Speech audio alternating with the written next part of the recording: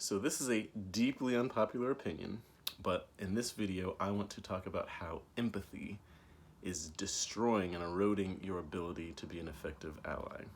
So here's the story thus far. Someone wakes up one day, let's say it's me, I would like to be an ally to someone. How do I know I'd like to be an ally to someone? Well, someone is having an experience that I just think is not so great. How do I know that they're having an experience that's not so great? Well, when I observe it, I see that it's not so amazing, and then when I inhabit that experience and feel into it into my body, I realize, ooh, this is bad. This is not good. I do not want them to be having this experience because it's not an experience that I would want to have.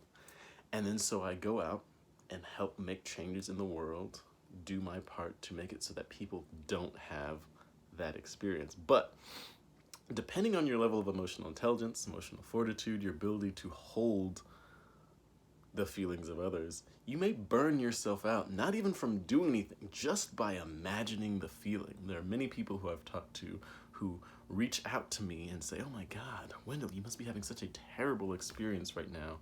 I could only imagine how rough it is for you right now. And they have no understanding of my personal circumstances. I've seen a lot of terrible things. I've experienced a lot of terrible things. And the experiencing of that actually has made me stronger. And so while I still would like to live in a world in which the terrible things that have happened to me don't happen to anyone else, I know that I can survive it. But when people don't recognize that and they're reaching out to me saying and assuming that I must be having a terrible experience, they're not really being an effective ally to me. Mostly because they do not actually have the empathetic capacity to know what I'm experiencing. They are already blown out just experiencing my experience that is already gone, which means that they're going to be stuck in my own past. They're not going to be able to help me with whatever things I'm working on right now. They're only going to be able to try and emotionally address a part of me that no longer is in the field of play because they haven't gained the emotional resiliency to feel my own experiences. And honestly, I don't need them to have to feel my pain in order to help me. It can be helpful sometimes because ultimately the goal of empathy, the reason that we use it as sort of a emotional technology, is that it helps you understand things. Some people will understand something intellectually and then not act.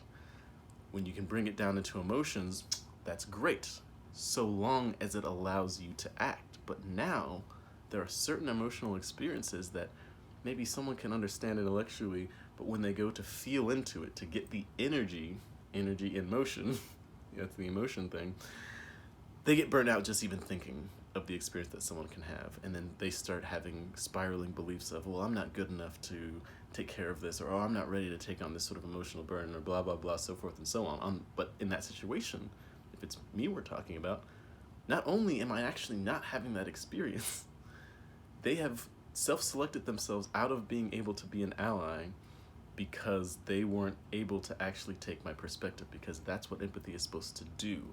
Empathy is supposed to invite you into a perspective. And if you can get into that perspective, you will learn what is necessary for you to show up and help someone. So I'm giving you permission right now to actually bypass empathy. Or if you're going to go down that route, you need a practice to expand your emotional capacity to have empathy for people in multiple perspectives. Now, lucky you, that's what we do in mastering the game of allyship. Again, step-by-step process to find out all of your parts, any part that you can imagine, which includes the people that you want to help.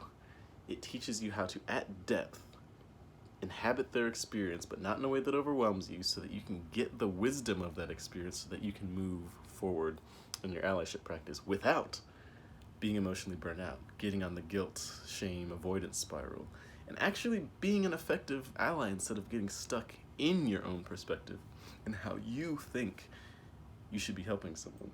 So next time that you're having sort of an empathetic response, or you're seeing someone and you're like, what should I do?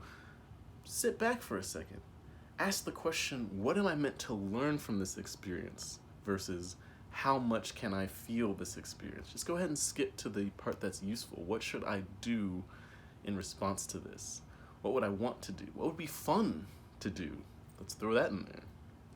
So, starting September 1, the price of Mastering the Game of Allyship is going to go up to $600. So you can use the coupon code EARLYBIRD, all caps, look at the link in the bio description, so that you can join this journey and learn exactly how to not let empathy get in the way of you getting results in your allyship practice. Having an allyship practice that you can be proud of, that's effective, and that isn't fragile to your own emotional limitations.